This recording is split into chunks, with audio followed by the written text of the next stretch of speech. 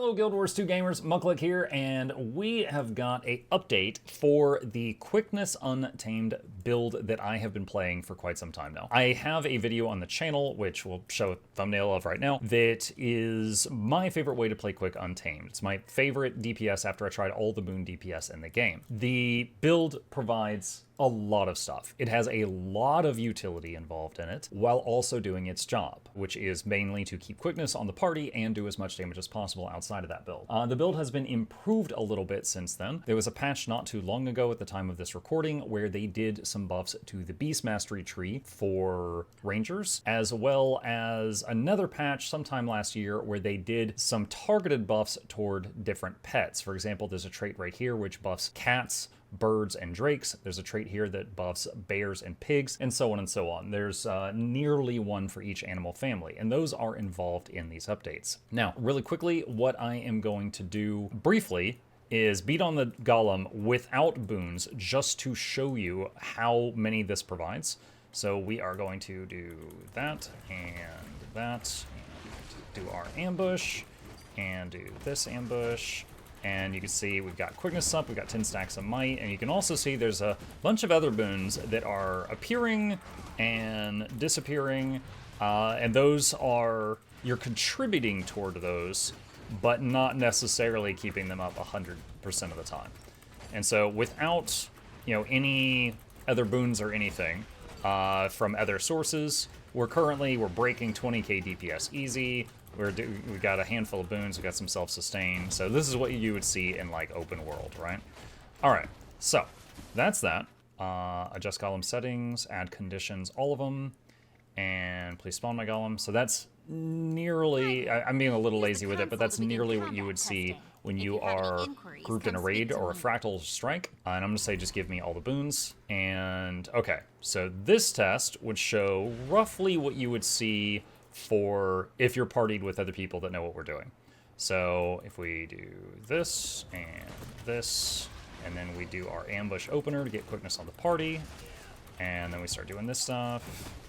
And so we already know that this can do its job as far as its boons go. We're not looking at the boons. The console is currently giving us every boon in the game. What you're looking at right now is DPS in the top right, which is currently breaking 30k. So that is what you can expect when you are with others. People from like Snow Crows can do high 30s. I'm capable of low 30s. So don't beat yourself up if you're not able to hit some incredible benchmarks. Now, so let's quick pause there. So I've shown you the proof of what it can do. Let's talk about how it does it in case any of you want to play it. Additionally, shout out to Surma on YouTube, because he did a video on this, which I'll briefly show right here, that basically he saw the build on Snow Crows, and he doesn't even take credit for the build, but I'll give him credit for showing it to me, because that's where I found out about these updates and how to make this build just a little bit better. So I'm gonna remove the boons, respawn the golem. It's still got conditions, but it doesn't matter. So what did we change? Both the new version and the old version of the build are using skirmishing and untamed. So this is the new version, this is the old. Before, you had a few options. I was using nature magic. So let's just go over the whole build, and when we get to the new section, I'll talk about what's different. Untamed, we're taking blinding outbursts, which just increase the damage of venomous outbursts. That's the F2 with the ambush. Corrupting vines will do boon corruption instead of boon removal when you do the outburst. But the other options are okay as well if you just wish to use them. Let Loose is required. This is what gives quickness to your party, as well as helps with might upkeep on the party. Next line, we got Skirmishing. Tailwind gives swiftness when you weapon swap. We're weapon swapping a lot. Sharpened Edges, you and your pet have a chance to cause bleeding on critical hits. That's just a tiny bit of extra damage. Furious Grip, gain Fury when weapon swapping. So you're also, I didn't even write that down. You're also helping, you're keeping, let's say these are self only, some Fury and some Swiftness. So there is 2 more boons. All right.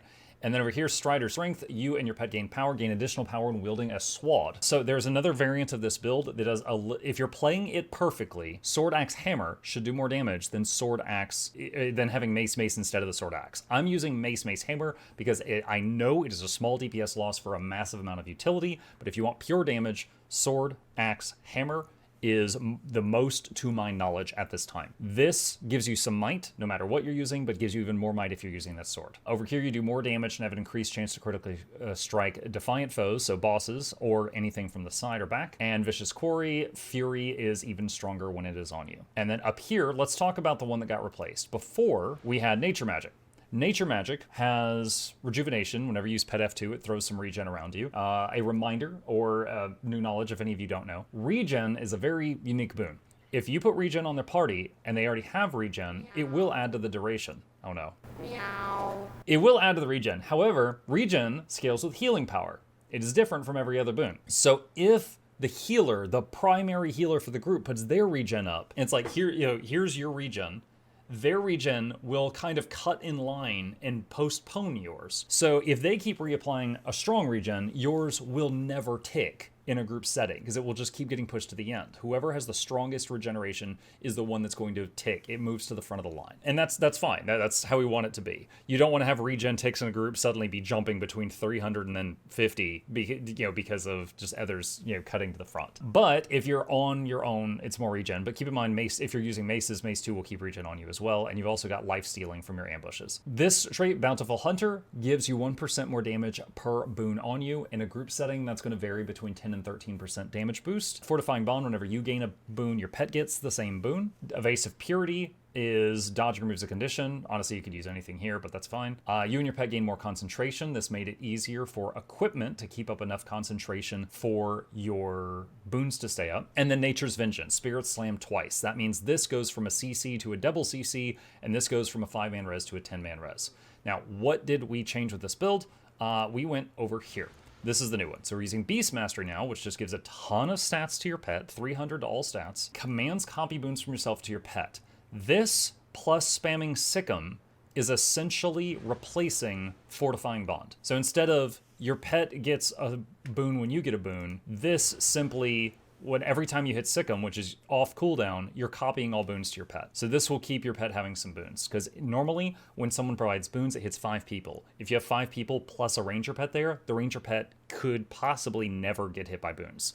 So that gives, boons to your pet. Loud Whistle, as long as you are not low health, your pet swap does more damage, and also your pet swap has reduced cooldown reduction. You and your pet gain Ferocity. Axe skills gain reduced recharge and more Ferocity. This is one of those skills that hasn't yet gotten that 20% reduced recharged baked into the game right now. So Ferocity, more damage, this helps you no matter what. However, additional Ferocity only kicks in if you have the offhand axe. So if you were running the sword, axe, and hammer variant, you're going to get more out of this trait, but even if you are not, you still get some Ferocity from this trait. Pet's Prowess, pet gets more Ferocity again. Beastly Warden, doubles the damage of pigs and bears, and also 50% more health, because why not? So the Wallow is the pet of choice for this build, which it looks 63,000, that's 6 weavers, chat. That is insane. So this is 6 weavers worth of pig. That's a lot of bacon. Now the Wallow is our main pet for this build. And according to the nerds at Snow Crows, all we want to do is just have the F3 on autocast and ignore the other 2 things.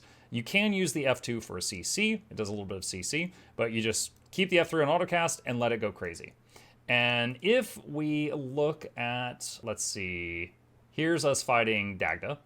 This is one of today's dailies. If I click on myself, my top source of damage, my single top source of damage, Vampiric Bite. That's the pet's auto attack. What? Now granted, Sikkim buffs it, and also all the Beast Mastery stuff buffs it, but my highest single source of damage was this hippopotamus biting Dagda. That's it. So it works. It really works. And so that's double damage on a pig-type pet. He's benefiting from that. Also, he's life-stealing because Vampiric Bite is a life-steal, and also he's got 63,000 health. It's really rare that you're going to have this thing die. Now, your second pet is the Boar. It does a little less damage than the Wallow, but still does good damage, and it has more CCs. So if you just need more CCs, you could swap to the Boar. The F3 is a 300 CC, and the F2 digs up a rock, and if you pick up the rock and throw it, that's 200 more CC. So there's 500 CC total on the Boar, but one of them takes like 2 seconds for it to fire off. But you are going to be in the Wallow pet selection 90% of the time. Hotbar. We've got Perilous Gift right now. This can be changed for anything you want. If you want to just make sure you have more uptime of boons on your pet, you could take We Heal as 1 and spam it off cooldown, because it will also use Resounding Timbre. Healing Spring is Condition Cleanse for the whole group. It doesn't matter if you're the healer or not, this is hella condition cleanse for you and everyone around you. So you could bring this if you were just felt uncomfortable with your party and you're on like Slothosaur or something. Perilous Gift gives you an invulnerability option, which I like to have. For the elite skill, also flexible. Honestly, like Strength of the Pack gives you boons. If you're in a group, you're already going to have all these boons. This isn't going to really help you, but if you're in open world, you could use this if you want. Entangle, this is a damage skill if you're playing Condi Untamed. This build is not Condi, so it's just mainly about the Immobilize. Useful for something like Gorseval, but if you need it, it's there. Forest Fortification, kind of like Strength of the Pack. It gives you boons that your healers should be handling, but if you're on your own, it's useful. I like Spirit of Nature. I like to have a Save the Group button available. It's a 5-man res down from a 10-man res because we're not running Nature Magic, but it is still very, very nice to have. The end result of all these changes, our concentration went down a little bit because we're no longer running Nature Magic. Instead, we have got a Superior Sigil of Force and Concentration on each of our weapon sets. The concentration makes up for the loss in Nature Magic. We've got same armor as before. We've got full Berserker's Armor, Rune of the Fireworks, which is more power and more boon duration, and I believe we've just got full Berserker's everything. Also Relic of the Claw, which gives you more damage as long as you've done a CC in the last 8 seconds, which we can absolutely keep that up. I think that is everything on this page. Now, if you didn't watch the previous video, let's briefly talk about the rotation. The way this works is there's kind of 2 things going on. I am going to start this fight here, pretending this is a start. We're going to open with Storm Spirit and do our Unleashes on our pet, and then we do 5, which is a CC, that triggers the Relic, and then move Unleash ourselves and do Ambush, Weapon Swap, Ambush. Every 10 seconds, whenever this lights up, whenever your weapon swap lights up, we're going to do that again. You're going to move Unleash to your pet, use the pet skills if they're lit up, move it back to you, ambush, weapon swap, ambush. Ambushes are your largest damage dealing skills. They also are what provides 10 might and quickness to your whole party, and they also life steal. So that is basically your top thing. Whenever the weapon swap lights up, Unleash the pet, use its skills, unleash self, ambush, wait till it runs out, weapon swap, ambush. Okay, that is a big part of your damage, as well as keeping up all your boons and also a lot of self-sustain. You do not want to delay that unless you got a really good reason. In between the ambushes, what are you doing? All right, I'll do a rotation like that. So I hit this guy, stun, do that, unleash, ambush, weapon swap, ambush, 4, 2, 3, honestly those 3, the order doesn't matter, but just do 5 last, and then it resets all their cooldown. And then you could do, again, whatever order you want. But just, the mace skills, if anyone's new to Ranger Mace, whenever you use a mace skill, you get a buff, and with that buff, when you stack it up to 5 times, it resets the cooldown on all mace skills. So this gives 1 buff, 1 buff, 1 buff, 2 buffs. So use this one last, and that's also the hardest hitting skill. So you could just do like 2 through 5, then 2 through 5 again. But the 2, the 3, and the 4, you can change the order of based on the situation. The 4 gives you stability, so if you know a CC is coming, you could use the 4 first. The 3 is a movement skill, so you could use that if you need to close the gap and then use the others. The 2 is just a bonk and also does a little bit of healing around you. If you are in Hammer, and you've already done your ambush, 4, 2, 3, save the 5. The 5 is a CC, but only when you're not unleashed. So during the moment that we move the unleash to the pet, hit the 5 to CC, that triggers Relic of the Claw again, move unleash back to you, and then do your usual. 1, weapon swap, 1. Okay? Now, if you are using sword and axe, I believe it's 4, 2, 3, 5. The 4 is a CC, which triggers the Relic again. The 2 and the 3 are gap closers and they hit hard, and the 5 is the channel. Make sure not to interrupt it, and it hits really, really freaking hard. Storm Spirit is a hard-hitting move and a CC. Typically, I don't use it when I've got the maces in hand because Mace 3 is a CC and the 5 is a CC. And if you're using the maces, you're usually doing like 4, 2, 3, 5, 4, 2, 3, 5. You got 4 CC buttons in 10 seconds on Mace. Mace doesn't need any help keeping Relic of the Claw up. But on Hammer, Typically, after I do the hammer ambush and I do like 4-2-3, then I will use Storm Spirit, and I'll use it at that time. I really never hit Signet of the Wild. That's kind of just there for the passive stats. We're hitting Sikkim every time it's off cooldown. Storm Spirit I use when I, get to the point where I'm auto-attacking with the hammer, and then I save Perilous Gift when I need an invuln. I save Spirit of Nature when I need to res people. So that is the gist of how to play this. Just quickly going over everything that this sucker brings, because I freaking love this build. One, I got 21k health. That's over 2 Weavers. It does DPS. I'm able to maintain 30k in a good environment. Really quickly, just to show here. So let's do group history on Cairn. Did 21k on Cairn, but there's mechanics on that. You got to run away sometimes. On Dagda, I did 19k on Dagda. On Whisper of Jormag, I was second place. I did 20k on Whisper. Bone Skinner, I was up here 26k, and we could show some of the others in the video, Noxxi, if you'd be so kind. But that is what it's capable of. But as far as utility, this is a quickness providing DPS that provides quickness and 10 plus stacks of might to its whole party. It provides some protection, vigor, and regen to the party, so it can help keep those boons up if the healer is slipping. Self only, it will help keep Fury and Swiftness on yourself. It has tons of CC. Hammer 5 is a CC, Mace 3 is a CC, Mace 5 is a CC, then they reset their buttons, and then Mace 3 and Mace 5 are CCs again. Storm Spirit is a CC, the Wallows F2 is a CC, if you pet swap the Boars F3 is a CC, and the Boars F2 spawns a rock, and that's a CC. So you have got thousands of CC points at your disposal. And although some of them you're spanning off cooldown, and I typically don't like playing a class if you've got like one CC skill, but it's in your rotation, so you almost never have it when the time comes that you need it. But this class has so many, and you're not even using them all in your rotation. You always have some available to you, which I really, really love. You lifesteal every 10 seconds when you do that ambush, weapon swap ambush. Both of those ambushes are like a 4k plus lifesteal. So you heal yourself for around 10k like every 10 seconds. So it has some sustain on top of its decent health pool. It has boon removal on enemy. Every 10 seconds, roughly, you are removing 3 boons, or depending on the trait you took, you're converting them to conditions on the enemy. So you've got boon rip, which is nice. You got projectile block nearly always available. This was really useful for Dagda. Now, normally in the rotation, when you use the pet unleash skills, you do F1, which I'm going to do this slowly here, but if you do F1, it teleports your pet to the enemy. F3 makes a poison field. F2 detonates the poison field. That's a poison combo.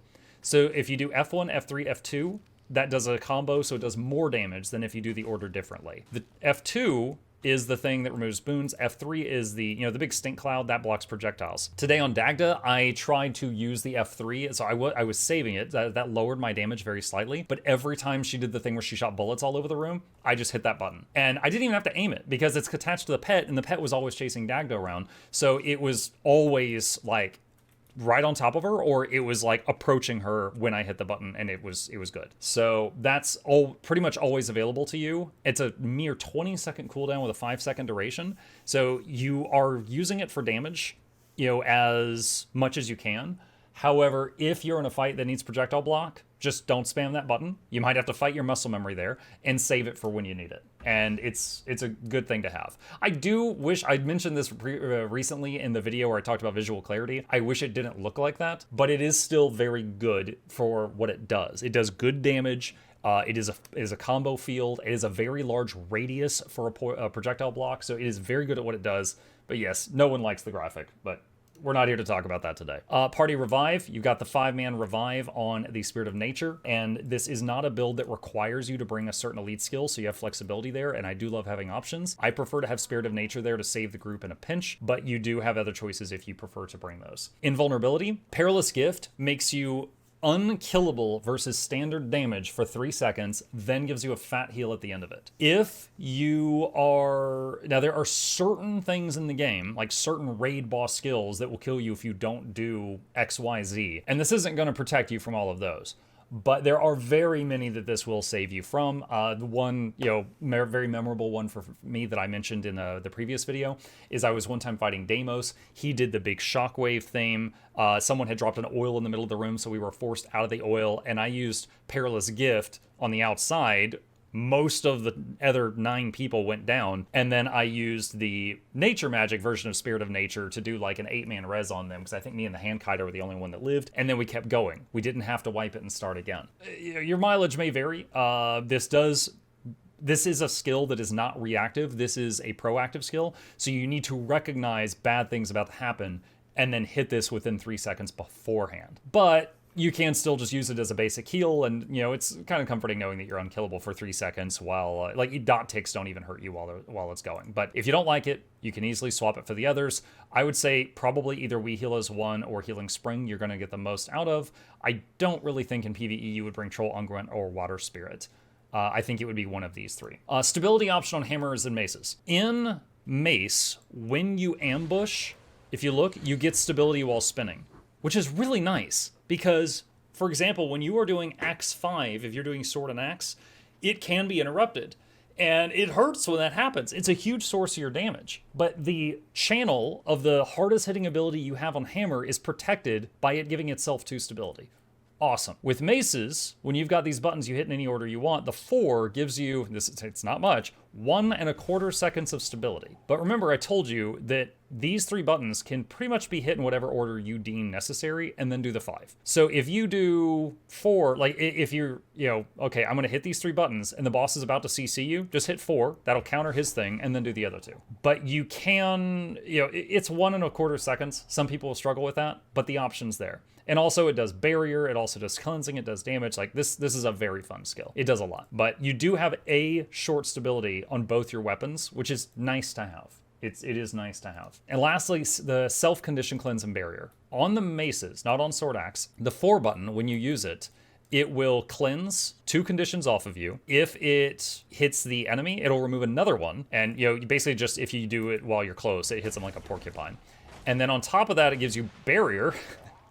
And it does the damage, and it gives you a stack of that buff and 1.25 second stability. So this just does a little bit of a lot of things. So it's really nice. So yeah, I think that covers everything. This is still my favorite way to do boon DPS as a ranger main. This is still my favorite boon DPS for playing ranger, and possibly for any class at all. And just wanted to share the updates. So once again, shout out to Surma, who brought this new variant to my attention. It makes some a lot of small changes, but in total, the end result is like 5 to 10k more damage, while still providing virtually all of the same utility. And remember, you can run Sword Axe Hammer for more damage and give up the utility from the maces if you fancy it. I just really like having a Swiss Army knife of options at my disposal. I think that's it. I think that's everything. So if you got any questions, problems, thoughts, concerns, or if you know anything about this topic that I missed, put it in the comment section down below, and I'll fight you there. Yo, Sake, thank you for the raid. Appreciate that. Sorry, we're recording a video on Quick Untamed. Noxxi, cut this part out.